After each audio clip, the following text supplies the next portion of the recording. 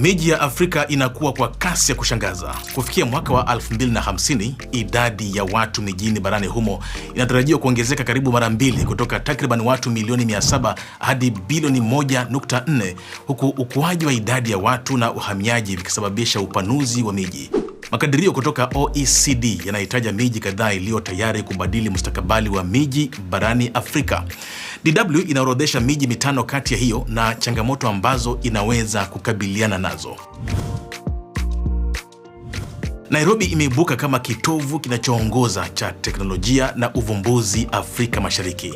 Makampuni ya kimataifa, makampuni mapya na wajasiriamali chipukizi wanaendelea kumiminika jijini humo. Nairobi pia ina mashirika kadhaa ya Umoja wa Mataifa na inatarajiwa kuendelea kuwa na jukumu muhimu katika miaka ijayo. Lagos ni jiji lenye nguvu kubwa kibiashara barani Afrika na jiji lenye watu wengi zaidi barani Afrika.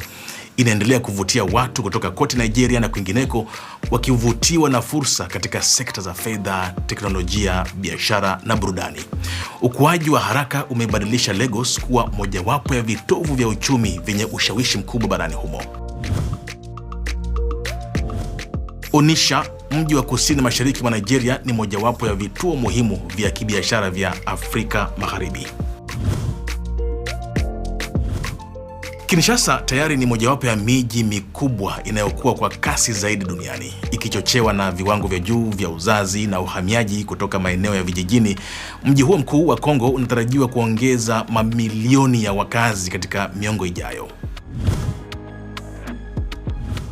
Luanda ni mojawapo ya miji mikuu inayokuwa kwa kasi zaidi barani Afrika, ikisukumwa na ukuaji wa idadi ya watu, uhamiaji kutoka vijijini hadi mijini na uwekezaji unaohusishwa na sekta ya mafuta ya Angola. Jiji hilo limebadilika na kuwa kitovu kikubwa cha kiuchumi licha ya changamoto zinazoendelea za miundombinu.